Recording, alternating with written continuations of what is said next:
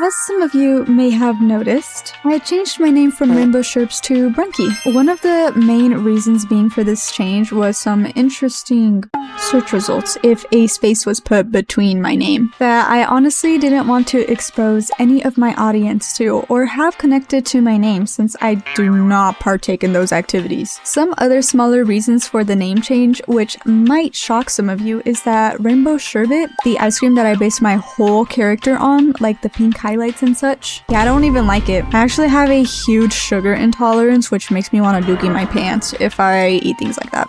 And my favorite color of all time is green. Everyone that knows me in person knows that my room, my wardrobe, down to even my makeup is green. So all that made me make the big move to kind of backtrack on the online persona I had been working on and make the jump to be even better. I decided to take the opportunity to also revisit one of my oldest YouTube videos, which was about character design. Obviously, to represent me better, I need to upgrade my whole look. I don't even like pink. One of my eyes is pink. So today I'm going to be showing the step-by-step process of making your own persona or even just an OC using the old template from my second most popular video. First things first, a quick review of said template.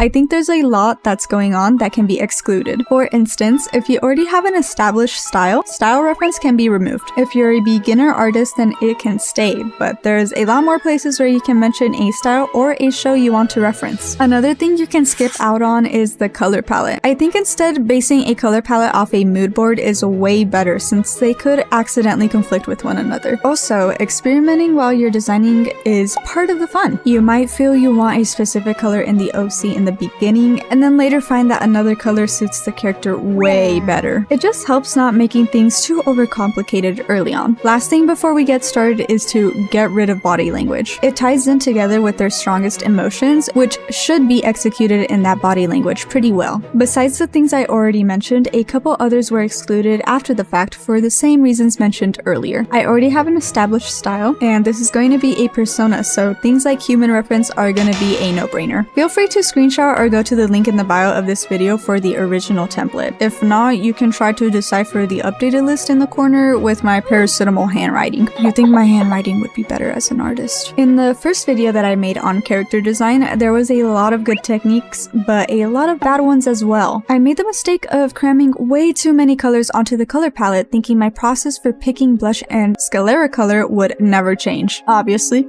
it changed. So this time around, I'm definitely not gonna do that. I recommend that you guys as well, if you have older character designs, to go ahead and analyze what did and didn't work out for you. I'll be doing just that. I have to keep it very green since that's my favorite color. Definitely gonna make that a strong point in this new persona. The tail-like sideburns. Although they were unique, I constantly forgot about them. I wish they could stay, but I know I won't remember to draw them in. I'm not gonna work on it today, maybe on my own or a separate video for a different topic, but the dog design to this day is my absolute favorite creation ever. Funny fun fact, she's inspired off my little chihuahuita that passed away. I absolutely needed to include a sidekick for my persona since Pixie went everywhere with me. Later on, I ended up getting a German Shepherd named Roxy, who people tell me looks an awful lot like the cool looking Pixie I made. Was this destined to be? You guys tell me. I think it's the cutest thing ever. Back to other points. I absolutely wanted to keep the white ink tattoos. The 2005 represents my birth year and also the year I want to base my character's style on. More on what didn't work, the shirt. I found when commissioning others that they struggled heavily on deciphering it, and even I would get lazy on working on it. I didn't even know too much about what I wanted to put on the shirt initially, so I'll keep the new clothing more simplified. Similar to the tail sideburns, the skeleton arm was a pain in the bum. I barely knew how to draw hands already as it was, so including a skeleton hand when I wasn't even big on skeletons to begin with was pretty performative on my end, just trying to look cooler than what I really was. Definitely gonna get rid of that, making my life harder than it should be. I quickly added some final notes, like no different colored eyes because I'm trying to simplify things, and some other things I thought were cool. Now to actually fill the template. I want the shape language to definitely be sharp but still approachable. Best I could describe it as was a triangle. Next was the emotion. Although I keep the final design design with a neutral expression, it was still good to consider. I initially put myself down as more serious, but who am I kidding? My friends know me as a humorous person, and my family definitely knows me as a bit stubborn. Overall, happy though. Her key feature was still a question for now until I compiled my new references. Time period, 2000s, duh. Hairstyle, I've been joining my dad and partner on motorcycle rides, and the wind kicks my butt if my hair isn't in braids or a bun. Otherwise, my hair just looks like a mess. I also put my hair in pigtails in general as a go-to style, so another hairstyle that includes 2 hair ties is a yes for me. Body build. I initially put myself as heavily skinny in my mind before, but lots of progress has been made since. I've put on some good weight and am quite proud of my figure now. Hourglass. Last 3 things. I am 5'1", song, I don't know, and mood board, I don't know either. Time to take a trip to our beautiful friend Pinterest, who will be helping fill those empty spots. Here are all the references I compiled, alongside some on my phone, like pictures of me. You guys will see that I took heavy inspiration from one particular outfit that I wore. I decided to add one more column, which I also advise you guys to add, which is a powers section. I was a little unsure of where to add those white ink tattoos, but then considered her powers and that helped me decide. If you're curious, her power is to transform into a wolf. Classic power move. I just love animals and think that those like semi-feral designs look so awesome, especially the huge paws as hand tropes. Not super creative on my end. I just like how it looks and I'd love to later make a design for that form. With those references, I filled the rest in. The song just ended up being my favorite songs and didn't play too much into the character design. And the mood board was Backrooms, since I love a nostalgic feel and I think it goes well with the whole 2000s vibe since the early 2000s is my childhood. I really liked the original stance in her first design, so I reworked it a bit since the dog isn't included this time. My reference for that was a 3D poser. The one I used will also be linked below. The hair was definitely the most important part to me since the thing I was most unsatisfied with in my last one was the hair. I sketched out multiple versions of some of my everyday hairstyles and sent them over to my friends to help me decide. Ultimately, all my friends also loved the braids and the front pieces were the most up for debate. I ended up choosing 2 of the most popular choices and trying to copy the elements of each, like some spiky stray hairs here and there, considering that the shape language is sharp. When designing her clothes, I went back and forth on either having short or long sleeves. I have a skin condition that doesn't allow me to be in the sun super duper long, so my wardrobe consists of a ton of long sleeves. Only thing is that I wanted to have the arm that had bones on it, now have a tattoo on it to keep the asymmetry that I like so much.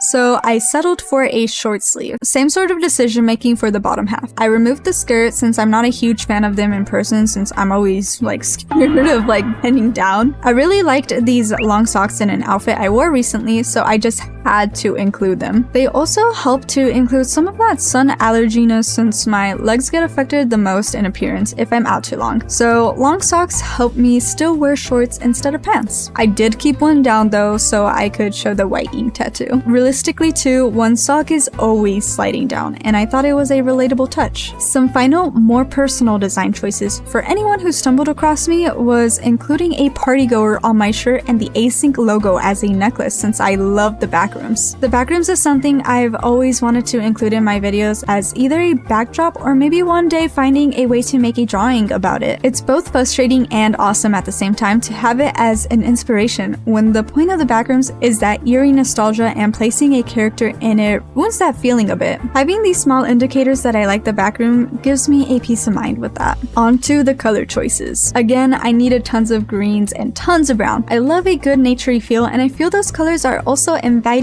and energetic, like the person I want to come off as. I wanted to keep the color palette simple considering the last one was just way too much. Some of you might also notice that compared to her last skin tone, it's much brighter. I've updated my VTuber model to have a lighter tone, but the old reference sheet still has a dark one. I know some Mexicans out there will understand the struggle of our skin tone changing every single day. After a couple more years of experience drawing myself and battling finding the right skin tone, the new one is one I've stuck to the longest. I tried making a vector image of the tattoo for later use, which I recommend some of you to do as well, depending on what program you use. For me, this was a bit of a waste of time because it didn't save properly and I had no idea what I was doing. Do more research unlike me on how to save vectors. If this worked, it would have been a great time saver for for myself and something I could provide to anyone I commissioned. I highly recommend using a hue slider and such for color selection. It was a huge help in this redesign and in the first drawing since it helps you visualize other options really fast. I added small little leaf-looking color drops to the side this time since the color palette was so small. I still recommend the box method or having the colors on the side rather than sticking out. I was more focused on finally having a rough reference of my new persona than a nice refined reference sheet, which I will 100% be doing in the future when I find time. And the last tip I can give for character design is once you finish your project, trust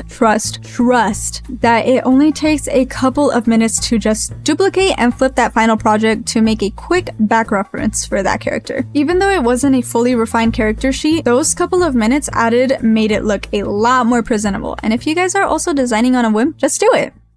Here's the final design, next to my VTuber, of course. I love it so much. My friends told me it represents me much better, and I have to agree. I love my VTuber and all, but the design is too serious compared to my bubbly personality that I'm getting more comfortable showing you guys. I'm not sure if I'll continue to use this model for videos, just because having to redraw multiple PNG tubers is exhausting to think about, so we'll see. I'll definitely have you guys join me for whenever I fully update her character reference sheet. I would still like to have an easy reference for that tattoo for myself and others, as well as display some different expressions and even still incorporate those other nice hair designs. And definitely a lazy Jesse Pinkman / Adam Sandler fit to represent that 2000s style even better, since your OC's wardrobe never has to be restricted to them having one outfit. Let me know what you guys think of this whole rebrand. I'm excited for this new era of Brunky. Remember to follow me on my other platforms to keep up to date and be involved in free polls and such. I try to respond to all my comments and any questions. That is all from me today.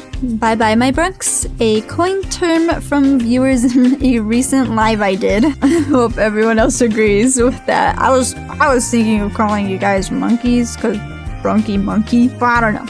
You guys can debate about that. That will be an open discussion for all my videos. Brunky, monkeys, bye guys.